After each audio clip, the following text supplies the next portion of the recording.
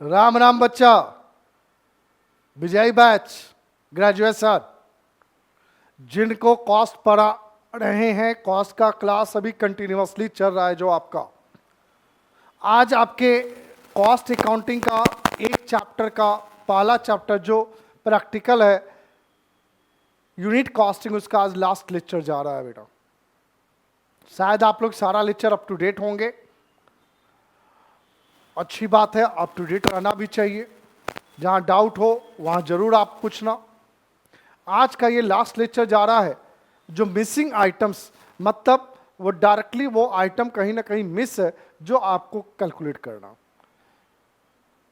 कैसे हम missing item का कैलकुलेशंस करेंगे ये समझना है, थोड़ा प्यार से हमारे साथ समझेंगे आप।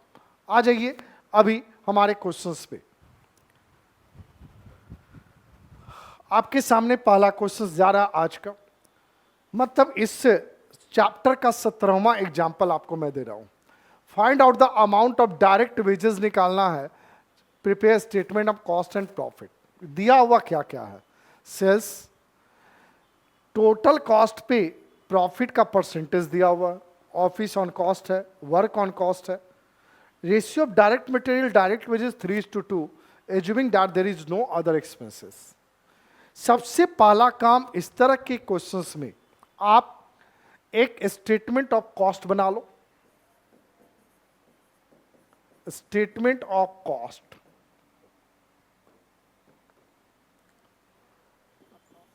Direct material, direct wages, prime cost, add work overhead, work cost, office overhead, cost of production, selling overhead,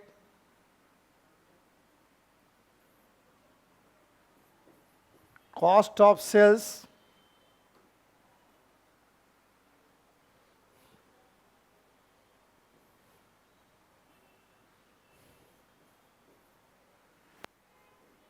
add profit, selling overhead शायद हमारे पास नहीं, ऑफिस है, वर्क है, चलो ठीक है, ठीक है, यहां से सेलिंग ओवरहेड हटा देते हैं हम।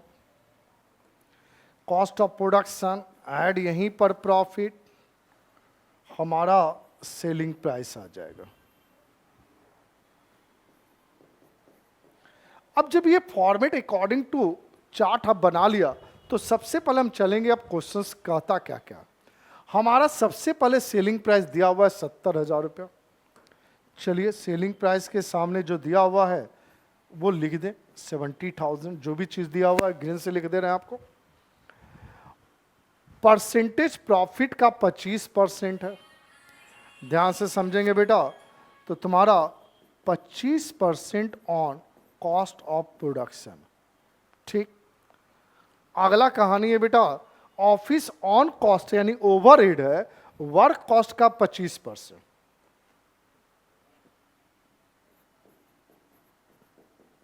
% ऑन वर्क कॉस्ट, ठीक है। Work on cost 100% of direct cost, 100% on prime cost यानी डायरेक्ट कॉस्ट।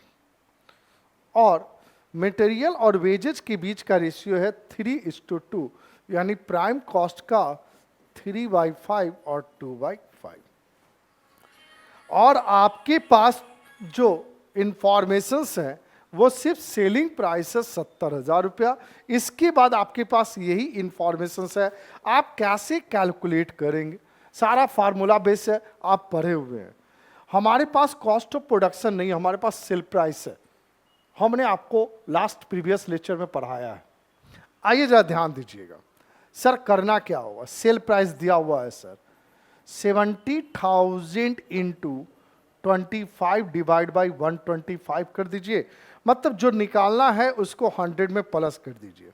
क्योंकि वो हमारे पास जानकारी में नहीं है तो आ गया बेटा 70,000 इंटू डिवाइड बाई 5, 14,000 आपका निकल गया बेटा प्रॉफिट, तो सीओपी आपका निकल गया बेटा सर कितना निकल जाएगा 56,000।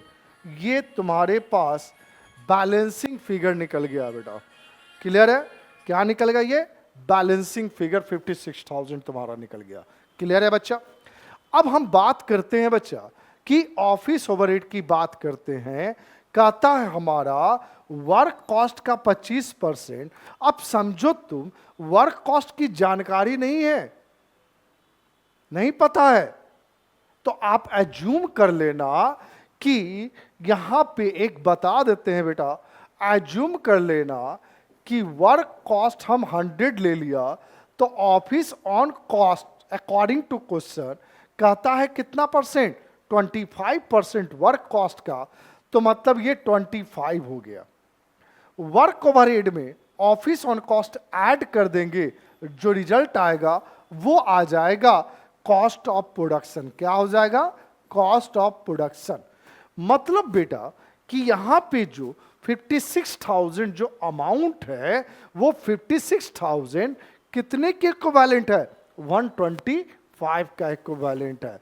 मतलब यहां पे आप यहां कैलकुलेशंस कर सकते हो आप 56,000 into 25 divide by 125।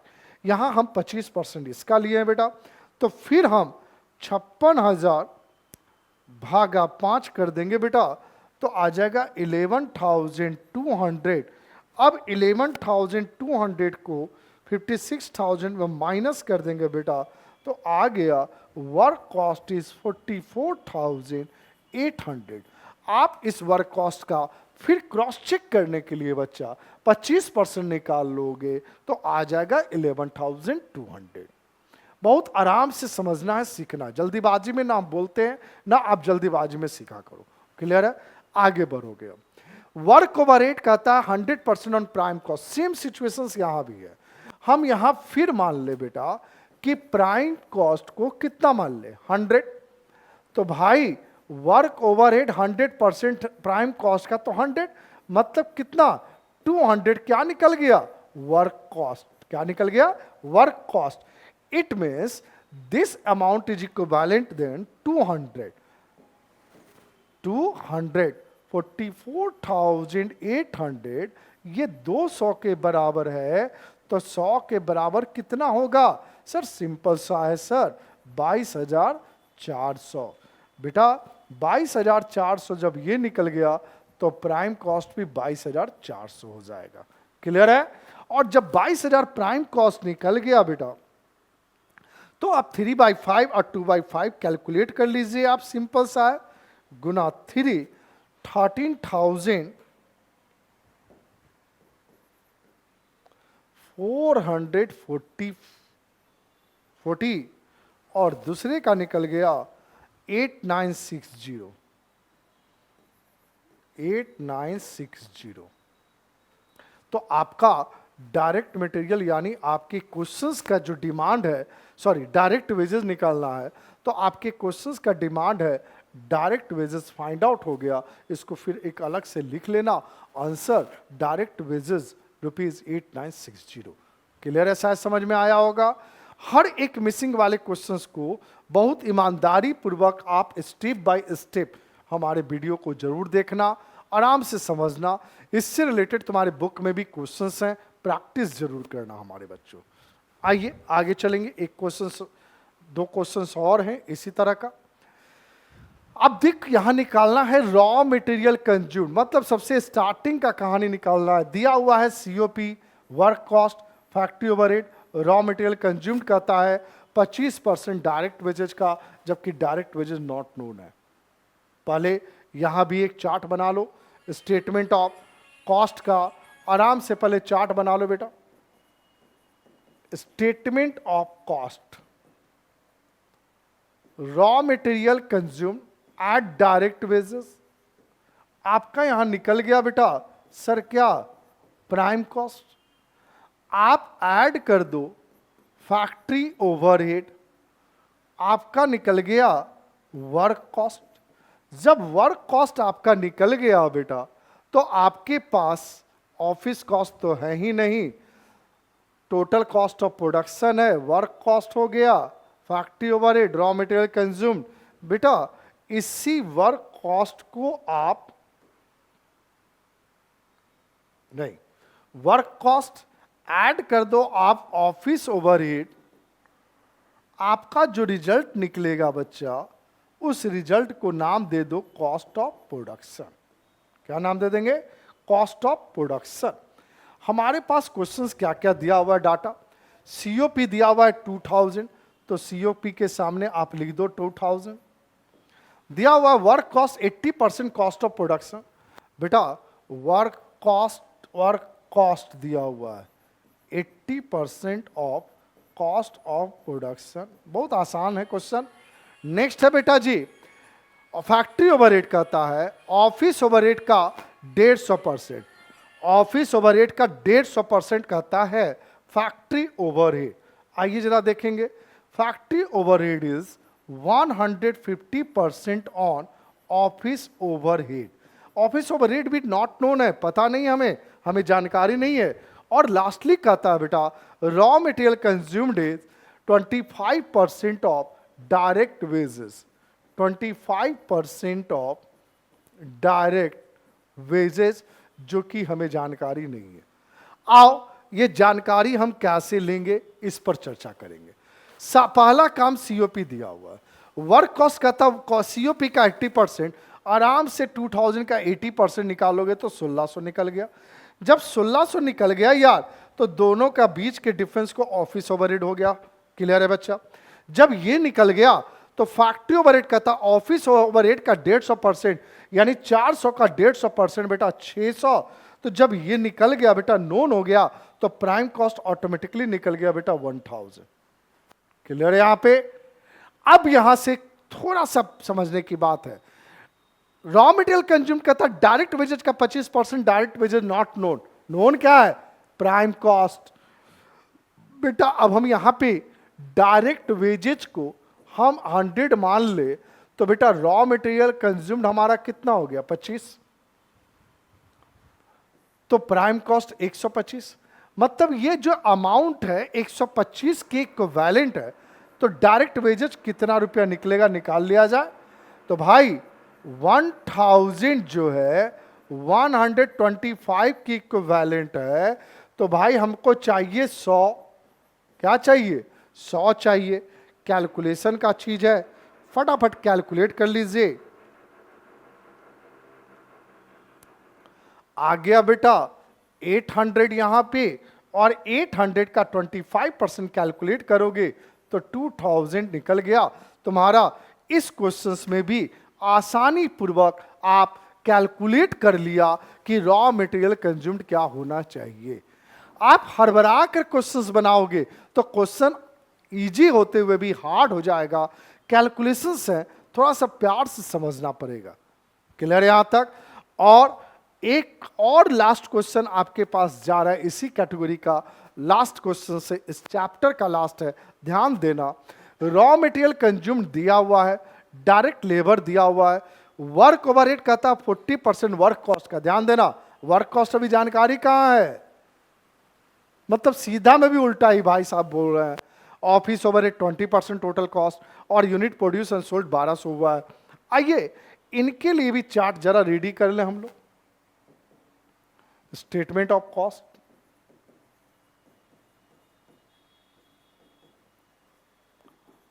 Raw material consumed हो गया, डायरेक्ट लेबर हो गया,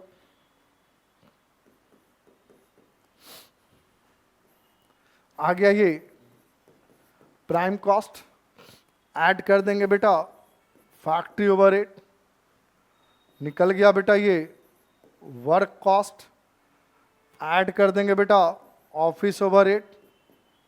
देख ले ऑफिस ओवरहेड है कि नहीं है बच्चा?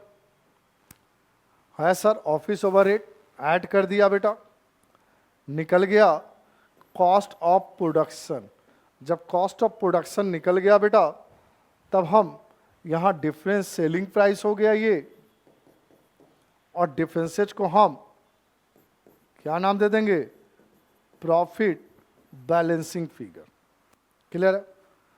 आइए जरा ध्यान से समझने की कोशिश करें, दिया हुआ क्या क्या है हमारे पास, इस पर पहले चर्चा कर लीजिए। रॉ मटेरियल 60,000, डायरेक्ट लेबर 1,20,000, 60,000 और 1,20,000। वर्क ओवरहेड 40% वर्क कॉस्ट का,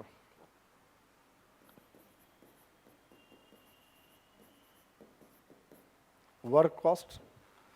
ऑफिस ओवरहेड टोटल कॉस्ट का 20%,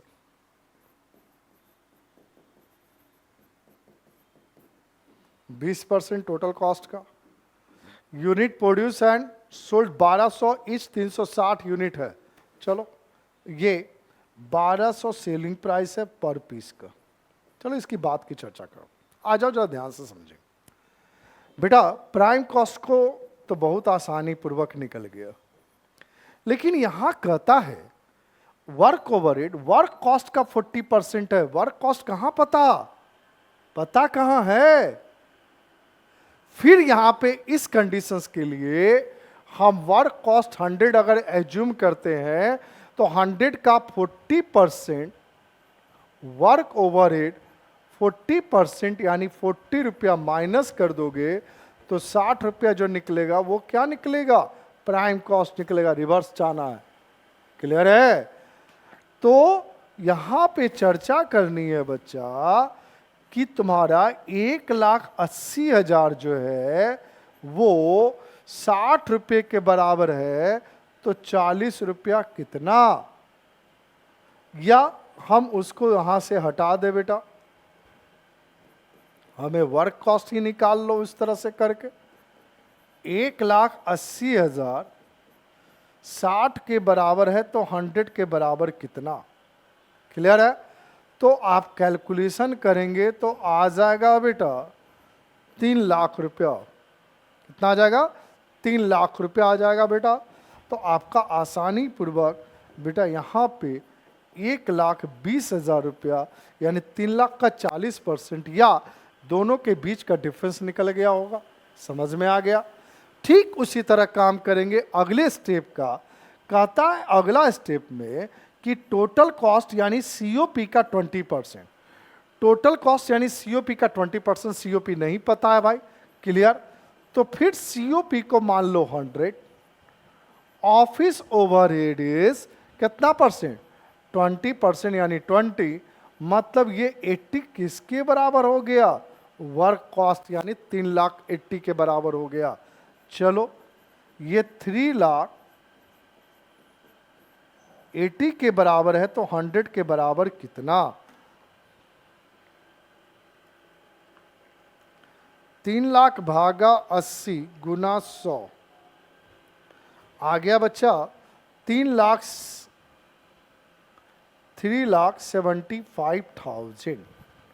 जब ये आ गया तो ऑटोमेटिकली 75,000 रुपया तुम्हारा ऑफिस ओवरहेड 20% निकल गया बच्चा। अब यहां कहता है कि हम 360 यूनिट बेटा बनाए भी हैं और बेचे भी हैं, ठीक है? और बेचे 1,200 रुपया पर के हिसाब से। सिंपल है यार, 360 गुना 1,200 कर दो तो आ गया 4,32,000 रुपया, माइनस कर दो 3,75,000 में तो आपका जो डिफरेंस आया 57,000 वो प्रॉफिट हो गया। मतलब आप मिसिंग आइटम्स वाले क्वेश्चंस में भी आप कितना आसान तरीके से आप इस तरह के क्वेश्चंस को बनाओगे ये आपको समझ में आ गया बच्चा। तो आज आपका पहला चैप्टर खत्म हो चुका। आप लोग बनाए क्वेश्चंस को, जब भी डाउट हो नॉक कर लो अपने नीरज सर को और आगे बढ़ते चलो, पीछे मुड़कर नहीं देखने का। नीरज सर का साथ रहेगा, हमेशा तुम लोग आगे बढ़ोगे। आज के लिए इतना ही। सभी को राम राम, जय हिंद, जय भारत।